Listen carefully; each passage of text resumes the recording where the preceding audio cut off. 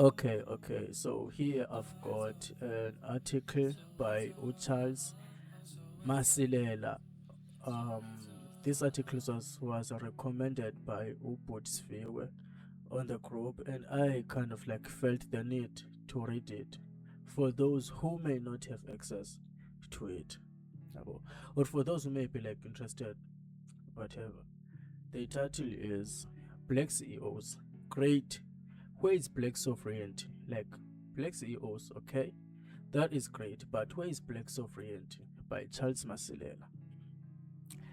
Let me state the uncomfortable truth that the boardrooms whisper but never declare.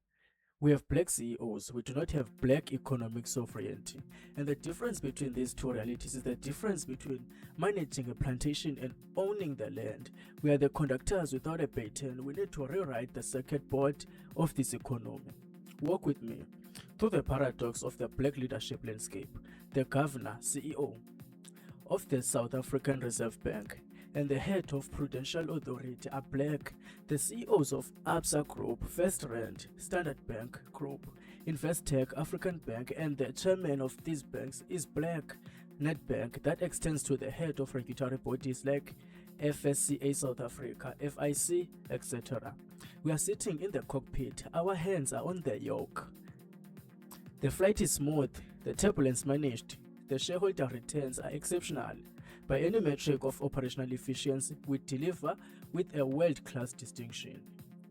And still, the economic complexion of South Africa has not changed. Still, black entrepreneurs queue longer, pay more, receive less, and still a black professional with the same risk profile as white counterpart pays a higher interest rate on their bond. Still, capital flows where it has always flowed to established white-owned generational wealth.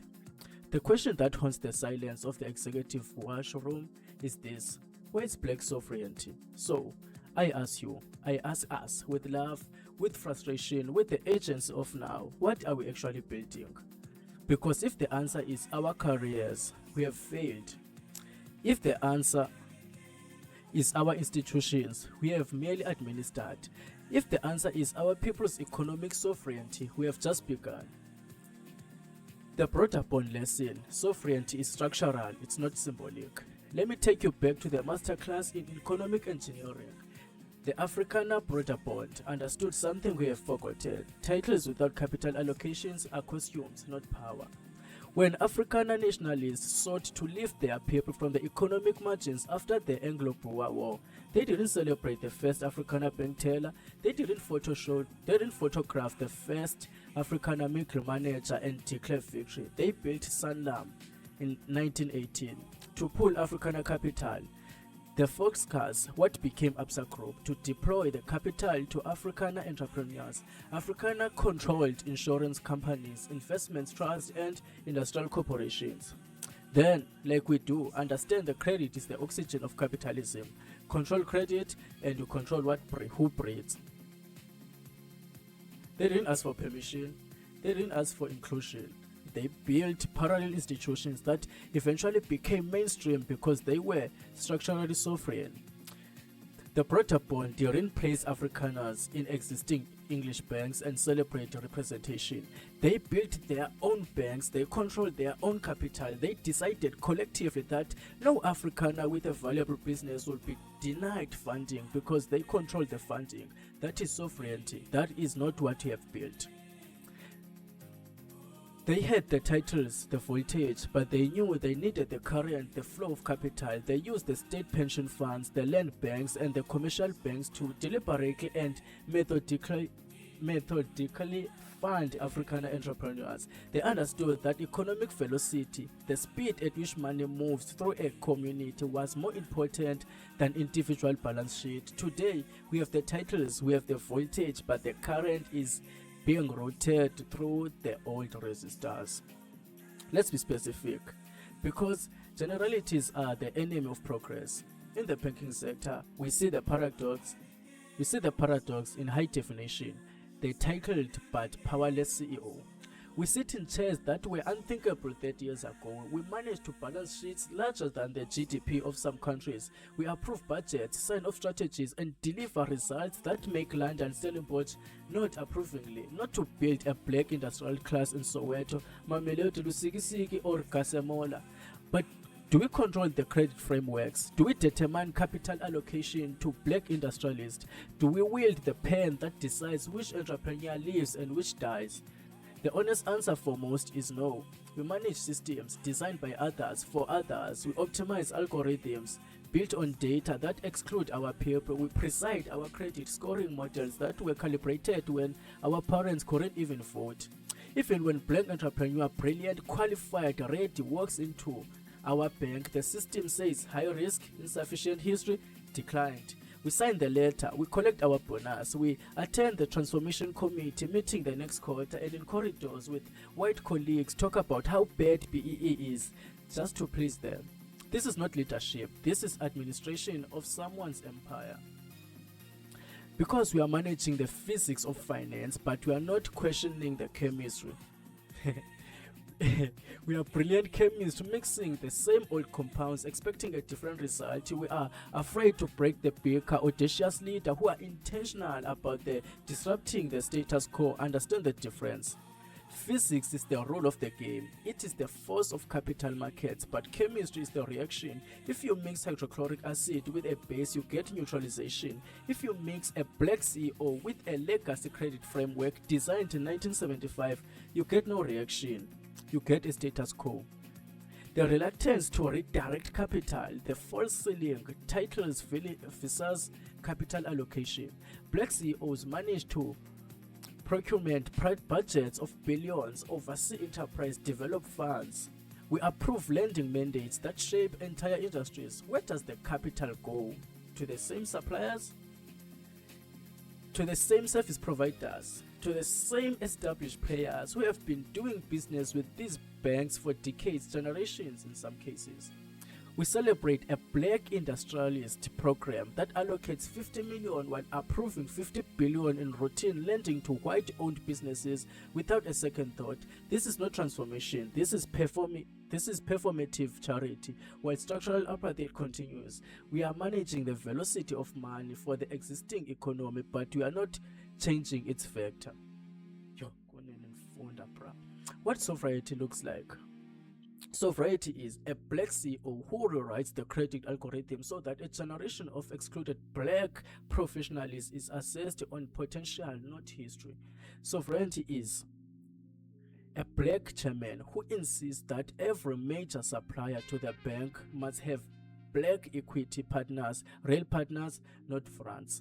Sovereignty is a black executive who uses their procurement power to build 5 black-owned businesses into industry leaders with a decade. Sovereignty is a collective of black banking leaders who pool resources to create a black-owned merchant bank that actually funds black industrialists, not as charity but as smart capital allocation to an underserved market. Sovereignty is looking at the broader bond playbook and implementing it with a 21st century sophistication. Rewiring the circuit board. Number 1. The broader bond 2.0 mandate, the parallel structure. We must stop waiting for the system to change. We must build the system within the system. Black CEOs must form a capital compact, not a social club, not a binding economic guild. We must pool our intellectual capital and, more importantly, our influence over procurement and credit. If a bank's credit model is starving black businesses, the black CEOs in that bank must collectively refuse to sign off on that model until it is recalibrated. This is not insubordination, it is strategic re-engineering. Number 2, deconstruct the algorithm pass laws. We are engineers of finance. We must take apart the engine. Every black CEO in the banking must demand a raise and risk audit of their algorithms. If the data shows that a black person with a credit of 700 pays more than a white person with a score of 700, that is not a risk-based pricing. That is apartheid coded in Python. We must have the audacity to call it what it is and the courage to scrap it. Number 3, we've got the calculus of industrialization. We must move from funding consumption to funding production.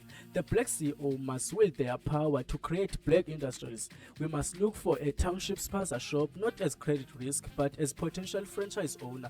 We must look at a logistics startup in Tembisa not as small businesses but as future competitor with Imperial. This requires a shift from a Newtonian physics, which is linear predictable growth, to a quantum physics, which is leaping from one state to another through a concentrated energy. The merit recalculation.